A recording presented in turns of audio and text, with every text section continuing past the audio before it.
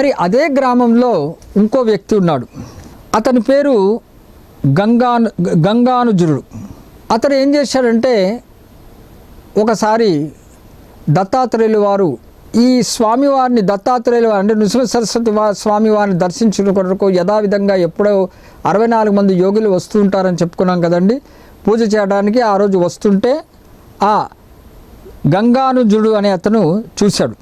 పైపెచ్చు ఆ 64 మంది యోగినులు వస్తున్నప్పుడు ఏమైందంటే, వాళ్ళు జలం నుంచి వస్తున్నారటండి. ఇందాక చెప్పాను కదా జలం ఉందని. అక్కడ ఆ జలం మధ్య భాగంలో 64 మంది యోగినులు వచ్చినప్పుడు ఆ జలం ఇట్లా విచ్చుకుపోయేదిట, దారి ఇచ్చేదిట. ఆ జలం మధ్యలో 64 మంది యోగినులు నడుచుకుంటూ స్వామివారి చెంతకు వస్తుండడం జరిగింది.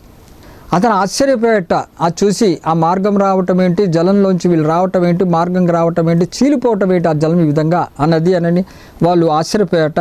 ఆ గంగానుజునుడు అనే అతను. ఆ 64 మంది యోగినులు నృసింహ సరస్వతి వారు సాక్షాత్తు శివుడే అనే భావనతో వచ్చి పూజించుకునేవారు. ప్రతిరోజు ఎందుకు వస్తారంటే, వారు ఆ పూజ చేసుకునేందుకు. శివుడు ఇక్కడ ఉన్నటువంటి ఆ పరమేశ్వరుడు కాబట్టి ఆ శివుని పూజించే కోసమని వస్తుండేవారట. ఇలా అది చూసి ఆ గంగానుజుడు ఏం చేశాడంటే, వాళ్ళతో పాటు తెలియకుండా వెనక్కి వెళ్ళాడు. ఆ నృసింహ సరస్వతి వెనక మొదట అతను ఎలాగైతే వెళ్ళి తిరిగి వచ్చేసాడు, ఇతని మట్టుకు అలా కాకుండా అనుసరిస్తూ వెళ్ళాట. ఏం జరుగుతుందో చూద్దాం అని ముందుకు వెళ్ళాడు. అతను రహస్యంగా వెళుతూ వచ్చాడు అతను.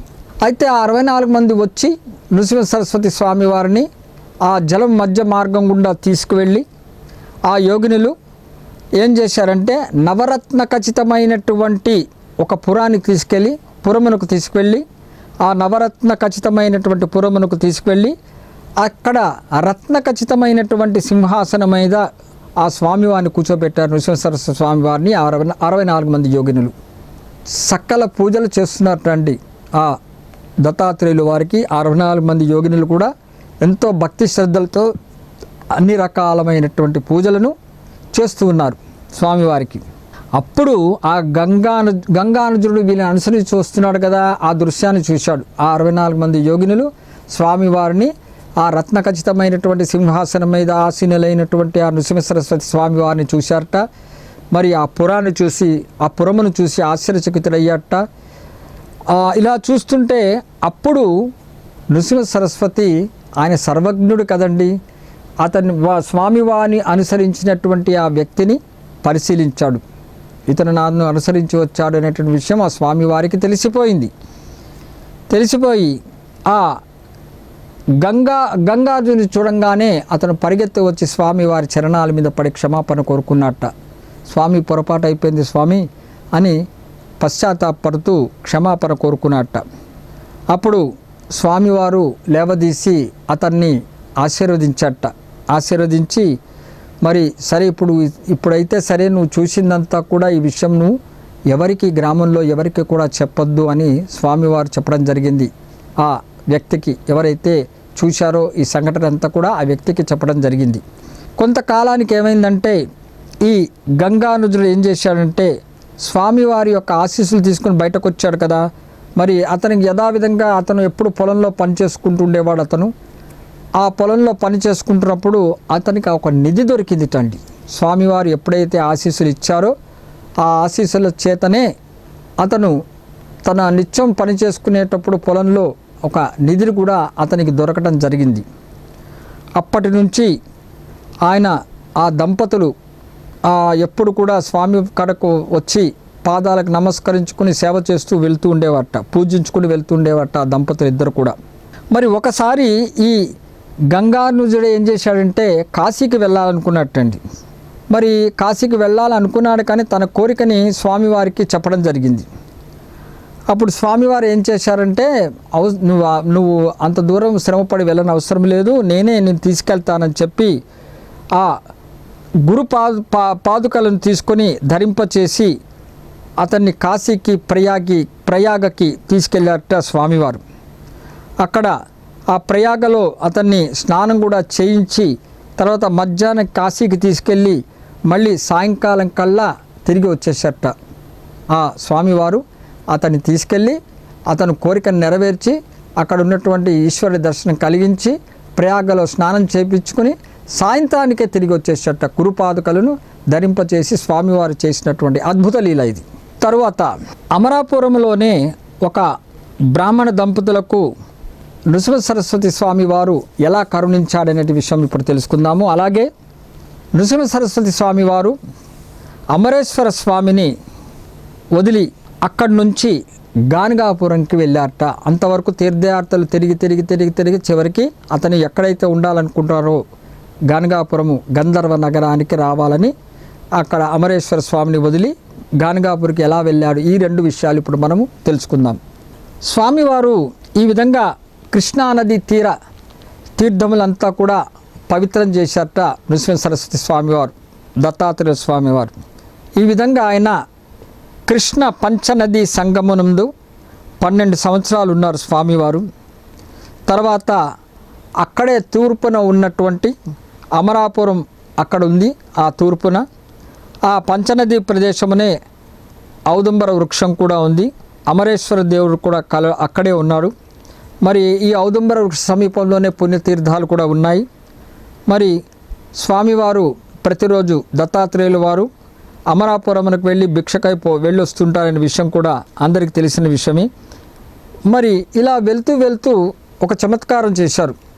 ఏది అమరాపురంలో ఉన్నప్పుడు ఒక బ్రాహ్మణ దంపతులకి స్వామివారు ఎలా కరుణించారని చెప్పుకుందామన్న కథ ఇప్పుడు ఆ కథ ప్రారంభమవుతుందన్నమాట. ఇలా భిక్షాటనకై వెళ్తూ స్వామివారు ఒక బ్రాహ్మణుడి ఇంటికి వెళ్ళారట. స్వామివారు దత్తాత్రేయుల వారు సాక్షాత్తు ఆ పరమాత్మ బ్రహ్మ విష్ణు మహేశ్వరుల కలయికమైనటువంటి ఆ దత్తాత్రేయుల వారు ఒక పేద బ్రాహ్మణుడి ఇంటికి వెళ్ళారట అమరాపురంలో. వాళ్ళు చాలా నిరుపేద కుటుంబీకులు, వాళ్ళకి ధనం కానీ ఏమీ లేదండి పాపం. చాలా వాళ్ళు ఏదో అలా బతుకుతున్నారు. అలాంటి ఇంటిని ఎంచుకున్నారు స్వామివారు కరుణించాలని. వెళ్ళి భిక్ష అడిగారట స్వామివారు. అయితే ఆ ఇంటిలోకి వెళ్తుంటే ఆ బ్రాహ్మణుడి ఇంటి ప్రాంగణంలో ఏమైందంటే చిక్కుడు పాదు ఒకటి ఉంది ఆ ఇంట్లో. ఆ చిక్కుడు కాయలే ఆ దంపతులకి జీవనాధారం. ఆ వాళ్ళు వేసుకున్నటువంటి ఆ చిక్కుడు పాదు చేతనే ఆ దంపతులకు వేరేది ఏం లేదండి పాపం. వాళ్ళకి సంపద లేదు, ఏం లేదు. పంచభక్షాలు చేసుకోవడానికి వారు తినడానికి ఎటువంటి ఆధారం లేదు. మరి అలాంటి ఆ దంపతులు మరి వాళ్ళు ఆ వేసుకున్నటువంటి ఆ చిక్కుడే వాళ్ళకి ఆధారం, జీవనోపాధి అదే వాళ్ళకి. అంతటి కటిక దరిద్రంలో ఉన్నటువంటి ఆ దంపతులకు ఇంటికి స్వామివారు భిక్షకై వెళ్ళారట. ఇక్కడ మళ్ళీ భాగవత శ్లోకం గురించి చెప్పుకోవాల్సి వస్తుంది. అది ఏ సంఘటన అంటే శ్రీకృష్ణ పరమాత్ముడు లోకంలో అడిగిపెట్టినప్పుడు కృష్ణుని చూసి భక్తితో వరుణుడు అన్న శ్లోకం గురించి చెప్పుకుందాం. ఆ వానదేవుడు చూసేట కృష్ణ పరమాత్ముని లోకంలో ఎప్పుడైతే సాక్షాత్తు నారాయణమూర్తే కాలు పెట్టినప్పుడు ఆ వానదేవుడు వరుణుడు స్వామివారిని శ్రీకృష్ణ పరమాత్మని చూసి అన్న శ్లోకము ఇప్పుడు చెప్పుకుని దాని అర్థం చెప్పుకుందాం. అదే ఆ అర్థమే ఇక్కడ ఇప్పుడు ఈ కటిక దరిద్ర పేదవారైనటువంటి ఆ దంపతులకు నృసింహ సరస్వతి వచ్చిన సంఘటనకి రెండుకు కూడా పోలిక ఉంటుందండి మనం జాగ్రత్తగా గమనిస్తే. అందుకని ఈ భాగవతంలోని శ్లోకాన్ని చెప్పడం జరుగుతున్నది. ఆ శ్లోకం ఏమిటంటే ఏ విభుపాద పద్మంతు ఎన్నడులెవ్వరు పొందలేని పెంద్రోవ జరింతు అట్టి బుధతోషక నీ వరుదెంచుట ప్రయోదావృత మయ్యే చిత్తము కృతార్థత నొందే మనోరథంబున నీ సేవ పవిత్ర భావమును చెందే శరీరము నేడు మాధవ. ఇది భాగవతంలోని శ్లోకము. దీని అర్థం ఏంటంటే ఓ స్వామి లేదా ఓ దేవా, ఈనాటికి నా ఇంటికి వచ్చితివా. చూడండి కరెక్ట్గా భాగవతంలో ఉన్నటువంటి శ్లోకము ఈ వరుణుడు అన్న మాటలనే మరి ఇక్కడ పేద బ్రాహ్మణుడు దత్తాత్రేయుల వారు చూసినప్పుడు రెలవెంట్ మాట ఇది. దేవా, ఈనాటికి నా ఇంటికి వచ్చితివా, నేనెంత ధన్యుడను, నేనెంత పుణ్యాత్ముణ్ణి. ఎందుకు అంటే నీ పాదపద్మముల యందు జీవితమును సమర్పణ చేసేంత సంతోషము ఇంకొకటి లేదు. నిత్యం నీ పాదాలను స్మరించుకుంటూ నీ పాదసేవ చేసుకుంటూ నీ పాద పద్మములనే దృఢముగా నమ్ముకున్నంత జీవితము మరొకటి లేదు స్వామి అని అన్నట్ట వానదేవుడు కృష్ణ పరమాత్మను చూసి. ఇంకా ఏమన్నారంటే నిన్నెరిగిన వానికి ఆనందము ప్రసాదిస్తావు. ఎవరైతే పరమాత్ముడి గురించి తెలుసుకుంటాడో శాశ్వత ఆనందానికి ప్రసాదిస్తాడు అనేటువంటి విషయం మనకు సూచిస్తున్నాడు ఆ వానదేవుడు. నీ దయచేతనే నా కోరికతో పాటు నా మనస్సు కూడా సంతోషపడింది స్వామి. ఇప్పుడు నిన్ను పూజించుట మరియు సేవించుట వలన నేను పునీతుడినయ్యదును. అంటే పూర్తిగా స్వామివారి పాదపద్మముల సేవ కంట మరొకటి వేరేది లేదు అని చెప్పేటటువంటి శ్లోకం ఇది. మరి అలాంటి కృష్ణ పరమాత్ముడు తన ఇంట కాలు పెట్టంగానే మరి వరుణుడు అన్నటువంటి ఆ లోకంలో కాలు పెట్టంగానే వరుణుడు అనేటువంటి ఈ శ్లోకం యొక్క అర్థము అదే అర్థము ఇప్పుడు మరి బ్రాహ్మణుడు ఇక్కడ ఆ బ్రాహ్మణుడు ఇంట కటిక దరిద్రులైనటువంటి ఆ దంపతులు ఇంట సాక్షాత్తు త్రిమూర్తి అయినటువంటి ఆ బ్రహ్మ విష్ణు మహేశ్వరుల అవతారమైనటువంటి శ్రీ దత్తాత్రేయులు వారు నృసింహ అవతారంలో ఆయన కాలు పెట్టంగానే అన్నటువంటి మాటలే మనం గుర్తు తెచ్చుకోవాలి. సరే, ఈ శ్లోకం ద్వారా మనం నేర్చుకోవాల్సింది ఏమిటంటే వరుణుడైనా అంటే వానదేవుడైనా నిరుపేద అయినా భక్తి మటుకు అందరికీ సమానమే. చూసారు ఎంత గొప్ప విషయము. నేను దేవుడు నా భక్తి వేరు, నువ్వు పేదవాడు నీ భక్తి వేరు కాదు. పరమాత్మకి సమానత్వము అభేదము అదే పరమాత్మ యొక్క గొప్ప ఆయన చూపించినటువంటి గొప్ప మార్గం. మనం కూడా ఆ అభేద దృష్టితోనే మనం ఉండాలి అనేటువంటి కూడా మనం గ్రహించుకోవాలి. వరుణుడు ఆనాడు భక్తితో అన్న మాటలు మరి పేదవాడికి కూడా అదే వర్తిస్తుంది. అందుకని వరుణుడైనా సరే నిరుపేద అయినా సరే భక్తి మటుకు అందరికీ సమానమే అనేటువంటి విషయం గ్రహించాలి. అలనాడు మరి వరుణుడు శ్రీకృష్ణ పరమాత్ముని చూసి తన్మయత్వంతో ఆయన రాకను చూసి ఆనందముతో పలికిన మాటలు ఆ శ్లోకం యొక్క అర్థము. మరి దత్తాత్రేయుల వారు అంటే నృసింహ సరస్వతి స్వామి వారు అలాంటి స్వామి తన ఇంట కాలు పెట్టడం చూసి మరి ఆ ఆనందముతో ఆ బీద బ్రాహ్మణుడు మరి తన మనసులో వరుని వల్లే అనుకున్నట్టండి, ఈనాటికి తన ఇంటికి దత్తాత్రేయులు వారు నృసింహ సరస్వతి యతి మా ఇంటికి వచ్చారా అని నేను ఎంత ధన్యుడినేనే ఆనందపడ్డాట ఆ బ్రాహ్మణుడు.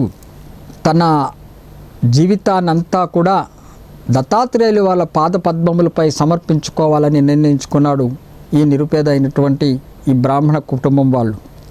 అలా అర్పించుకుంటేనే నిజమైన ఆనందం అనే విషయం కూడా గ్రహించారట ఆ బ్రాహ్మణుడు. తర్వాత ఆ దంపతులు ఇరువురు కూడా దత్తాత్రేయుల వారిని పాదపూజ చేసుకున్నారు, సేవించుకున్నారు, స్మరణ చేసుకున్నారు స్వామివారికి.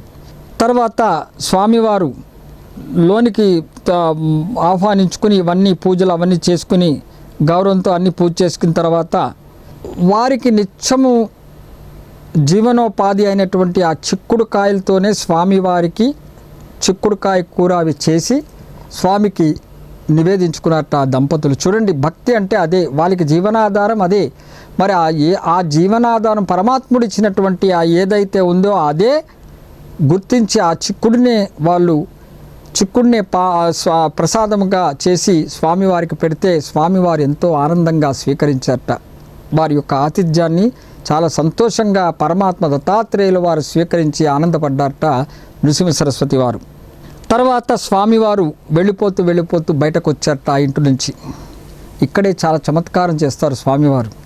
ఆశీర్వదించి బయటకు వచ్చి ఆ చిక్కుడు పాదును చూశారట స్వామివారు.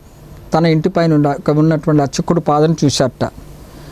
చూసి స్వామివారు ఏం చేశారంటే ఒక్కసారిగా ఆ పాదునంతా కూడా ఛేదించారు, మొత్తం ఛేదించేశారు. ఆయన తీసి వెళ్ళిపోయారు, లాగేసి వెళ్ళిపోయారు ఆయన. మరి దత్తాత్రేయులు వారి యొక్క చర్యను చూసి ఆశ్చర్యపడ్డట ఆ దంపతులు. ఇదేమిటి ఇలా మరి అని ఒక్కసారి ఆశ్చర్యచకితులయ్యారు దంపతులు ఇద్దరు. ఆ ఇద్దరిలో ముఖ్యంగా ఆ బ్రాహ్మణుని భార్య మటుకు చాలా ఆందోళన చెందిందంటండి. ఎంతో దుఃఖపడిపోయిందట. ఆ పాదంతా పాడైపోవటం స్వామివారి ఇట్లా లాగేసేటప్పటికీ. ఎందుకంటే వాళ్ళకి అది జీవనాధార అదే, ఆ చిక్కుడుతోనే వాళ్ళు బతుకుతున్నారు, వేరే ఆధారం లేదు. వాళ్ళ కటిక దరిద్రమైనటువంటి జీవితంలో ఉన్నటువంటి దంపతులు పాపం వాళ్ళు. మరి ఆ వనితకి చాలా దుఃఖం చెందింది ఆ బ్రాహ్మణుడి భార్యకి. విప్రుడు మటుకు ఆ బ్రాహ్మణుడు మటుకు చలించలేదంటండి. అది ఏం మాట్లాడకుండా ఉన్నట్ట. ఏంటంటే ఏ చర్య అయినా కూడా దైవ సంకల్పంగానే భావించాలి అనే ఒక దృఢ విశ్వాసంతో నిలబడి ఉన్నట్ట. ఎంత చక్కటి నీతో గుర్తుపెట్టుకోండి. కాబట్టి మన జీవితంలో కూడా మర్చిపోవద్దు, ఎలాంటి కష్టతరమైనటువంటి మనము ఎదుర్కోలేని సమస్యలు దుఃఖాలు వచ్చినప్పటికీ కూడా నిబ్బరముగా ఉండాలి. అది దైవ సంకల్పముగా భావించాలి.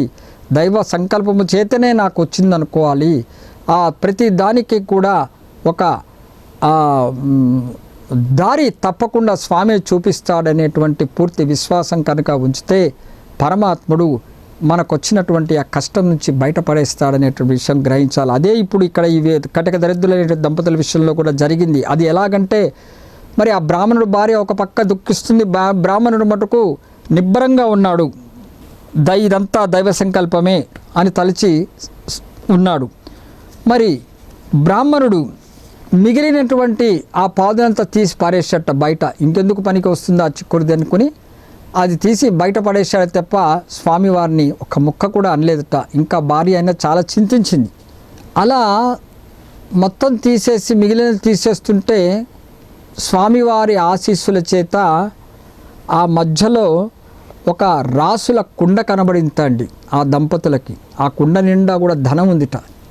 ఆ చిక్కుడు పాదను స్వామివారు ఛేదించి వెళ్ళిపోయిన తర్వాత మిగిలిన తీసేద్దామనుకుని తీసేస్తుంటే అందులో ఆ రాసుల కుండ కనబడింది ఆ దంపతులకి, కటిక దరిద్రులకి. సాక్షాత్తు స్వామివారే అది ప్రసాదించారు అని వాళ్ళు చాలా ఆనందపడ్డారట. ఎంతో సంతోషపడ్డారు ఆ దంపతులు ఇద్దరు కూడా. చూడండి ఎంత స్వామివారు ఆ కటిక దరిద్రునింట్లో కాళ్ళు పెట్టి మరి వారు పెట్టినటువంటి చిక్కుడుకాయ తిని వారి యొక్క నిస్వార్థ సేవను భక్తిని చూసి ముగ్ధుడై మరి బయటకు వచ్చి ఆయన చేసింది చూస్తేనేమో విరుద్ధంగా కనబడినప్పటికీ కూడా వారికి అది మేలు కలిగించారు పరమాత్మ అంటే అదే. మనం ఊహించని విధముగా స్వామివారు మన రక్షకు వస్తాడు. మనము కనుక కరెక్ట్గా ఉంటే స్వామివారు తప్పకుండా మనల్ని కాపాడుతాడు అనేటువంటి విషయం మనం తెలుసుకోవాలి. ఆ దంపతులిద్దరు కూడా పరుగున స్వామివారి దగ్గరికి వెళ్ళి మరి దత్తాత్రేయులు వారి యొక్క పాదాల మీద పడి జరిగినదంతా కూడా చెప్పుకొని ఎంతో సంతోషంగా స్వామివారికి విన్నవించుకున్నారంటండి. కానీ స్వామి మట్టుకు ఏమి చలించకుండా మౌనంగానే ఉన్నారట. ఈ విషయము ఎవరికి చెప్పొద్దని కూడా చెప్పారట. చూడండి గురువులు ఎంత గొప్పగా ఉంటారో. మనకి ఏదైనా చిన్న జరిగితే మనం 10 మందికి చెప్పేసుకుంటాం, లేదా ఏదైనా ఒక చిన్న ఉపకారం చేస్తే అందరికీ చెప్పుకుంటాం, నేను వాడికి ఇది చేశాను, నా కష్టాలు ఉంటే అది చేశాను ఇది చేశాను. కానీ సద్గురు అలాంటి వాళ్ళు కాదు. వాళ్ళు ఎంతో మేలు చేసినప్పటికీ కూడా మేలు పొందిన వారికి కూడా నేను చేశాను, ఈ విషయం ఇలా చెప్పక్కన అవసరం లేదు అని చెప్పినటువంటి అంత సౌమ్యంగా అంత సామాన్యుల్లాగా ఉంటారు ఆ సద్గురువులు. అలాంటి గుణ సంపదలు అవే సంపదలు అండి. అలాంటి మంచి సంపదలు మనం కూడా సంపాదించుకోవాలి తప్ప మన జీవితాన్ని మనము 10 మందికి తెలియచేసుకోవాలనేటువంటి చర్యలు మనం చేయకూడదనేటువంటి విషయము గ్రహించాలి. వాళ్ళు ఎంతో ఆనందపడి స్వామివారి ఆశీస్సులు తీసుకుని వాళ్ళు తిరిగి వెళ్ళిపోయారు. అప్పుడు నృసింహ సరస్వతి స్వామివారు ఈ అమరేశ్వర స్వామిని అక్కడి నుంచి వీడుకొలిపి స్వామివారు గంధర్వపురం అంటే గానగాపురం వైపుకు బయలుదేరారు. అంతా ప్రతిరోజు కూడా ఈ మరి ఇందాక చెప్పుకున్నాము 64 మంది యోగినులు వచ్చి స్వామివారిని కొలిచేవాళ్ళని. మరి వాళ్ళందరూ వచ్చి స్వామివారి దగ్గరికి వచ్చి వ్యతిరేకించారట, వెళ్ళవద్దని. స్వామివారిని అక్కడే ఉండి, ఎందుకంటే సాక్షాత్ శివావతారమైనటువంటి నృసింహ సరస్వతి స్వామివారిని అనునిత్యము పూజించుకునేటువంటి 64 మంది యోగినులు మరి స్వామివారి ఇక్కడి నుంచి వెళ్ళిపోతే ఎలా అని వాళ్ళే బాధపడి స్వామివారిని అడ్డుకుని వెళ్ళవద్దని ప్రార్థించారట. కానీ స్వామివారు ఏం చెప్పారంటే అక్కడ ఔదుంబర వృక్షమును చూపించి, నేను ఎప్పుడు కూడా సదా ఆ ఔదుంబర వృక్షమునందు గుప్తముగా ఉంటాను, కాబట్టే మీరు ఆ ఔదుంబర వృక్షాన్ని పూజించండి, సాక్షాత్తు నన్ను పూజించినట్లే నేను అందులో ఉన్నాను అని స్వామివారు చెప్పడం జరిగింది. అంతటి వరాన్ని అంతటి ఆశీస్సులను ఇచ్చి స్వామివారు అక్కడి నుండి మరి అమరజ మరియు భీమ నదుల సంగమ స్థానమైనటువంటి గంధర్వపురము లేదా గానగాపురానికి చేరుకున్నారు శ్రీ దత్తాత్రేయుల వారు, శ్రీ నృసింహ సరస్వతి స్వామివారు.